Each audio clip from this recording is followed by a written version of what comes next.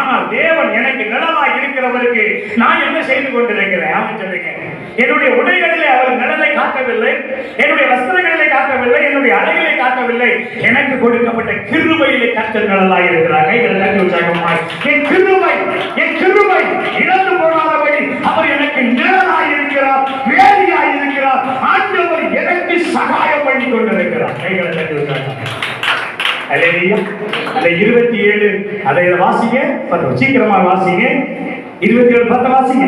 என் தகப்பனும் என் தாயும் என்னை கைவிட்டாலும் கர்த்தர் என்னை சேர்த்துக்கொள்வார். கர்த்தர் என்னை சேர்த்துக்கொள்வார். அடுத்த வசனம். கர்த்தாவே உமது வழியை எனக்கு போதித்து, கர்த்தாவே உமது வழியை எனக்கு போதித்து என் எதிராளிகளின் நிமித்தம் செம்மையான பாதையை நடத்தும். எதிராளிகளுக்கு செம்மையான பாதையில் எதிராளி வருவான்.